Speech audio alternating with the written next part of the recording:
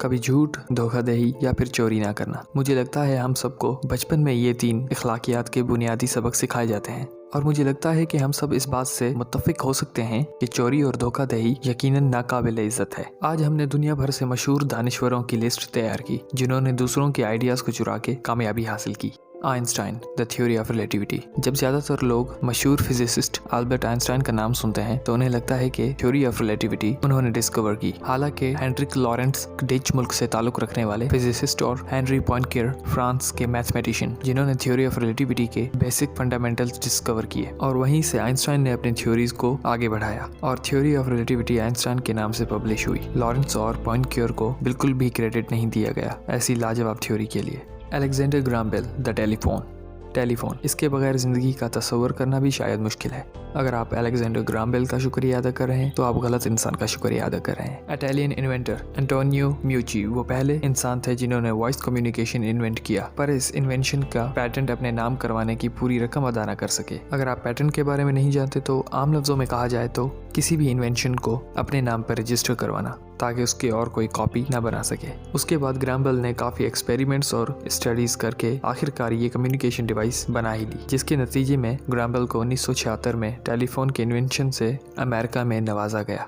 Mark Zuckerberg, the Facebook. अपने social media platform Facebook के जरिए मशहूर मार्क ज़करबर्ग महज अपने हार्वर्ड के दोस्तों के आइडियाज़ के जरिए इतनी बड़ी शोहरत हासिल की। कैमेरॉन विंकलवॉस, टाइलर विंकलवॉस और दिव्या नरेंद्र ज़करबर्ग की ओरिजिनल टीम थी जिन्होंने मिलकर harvardcommunication.com बनाया, एक ऐसा सोशल नेटवर्क साइट जो सिर्फ हार्वर्ड यूनिवर्सिटी में ही इस्तेमाल हो सकती थी। इस ख्याल से मुतासिर होकर ज़करबर्ग ने अपनी खुद की एक सोशल नेटवर्क साइट तैयार की जिसका नाम फेसमैश था और बाद में फेसबुक रख दिया गया। इस वेबसाइट ने यूनिवर्सिटी को तूफान की तरह लपेट में ले लिया। ये खबर मार्क की टीम को पता चली तो उनका कहना था ये वेबसाइट उनकी ओरिजिनल आइडिया को मात दे रही थी। बाद में विंकल्स भाइयों और नरेंद्र ने ज़करबर्ग के खिलाफ मुकदमा दायर किया और मामले को सेटल डाउन करने के लिए 2008 में मार्क को $300 मिलियन के शेयर देने पड़े। Markovnikov, the radio. 19वीं सदी के आखिरी अशरे में निकोला टेस्ला ने इलेक्ट्रिकली चार्ज्ड टेस्ला कॉइल्स बनाई जो लंबे फासले तक पैगाम मुंतकिल कर सके और 19वीं सदी में इसका पेटेंट कबूल हुआ। और उसी वक्त के दौरान मार्कोनी नाम का एक नौजवान इन्वेंटर जो ऐसा ही कुछ बनाना चाहता था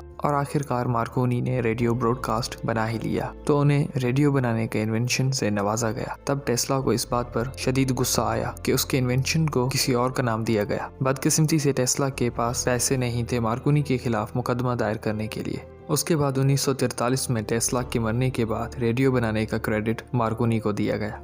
Thomas Edison, the light bulb. आपने बचपन में अपने स्कूल में पढ़ा होगा कि लाइट बल्ब थॉमस एडिसन ने इजाद किया, पर लाइट बल्ब की तारीख इजाद का मामला काफी पेचीदा है और इसी तरह ज्यादातर मामलात में क्रेडिट उन लोगों को नहीं दिया जाता जो उनके असल हकदार हैं। जबकि थॉमस एडिसन एक शानदार इन्वेंटर थे पर लाइट बल्ब उन्होंने इन्वेंट नहीं किया। हेनरिक गोबेल, जिनका शायद आपने नाम तक ना सुना हो, माना जाता है हेनरिक लाइट बल्ब के पहले इन्वेंटर थे। 1854 में अपना इन्वेंशन एडिसन को बेचने की कोशिश की पर उस वक्त एडिसन को ये इन्वेंशन किसी काम का नहीं लगा। पर गोबेल के मरने के कुछ वक्त बाद उसकी बीवी से ये इन्वेंशन बहुत कम दाम में खरीद लिया और फिर बाद में एडिसन ने ये बताया कि लाइट बल्ब का इन्वेंशन उसका खुद का है।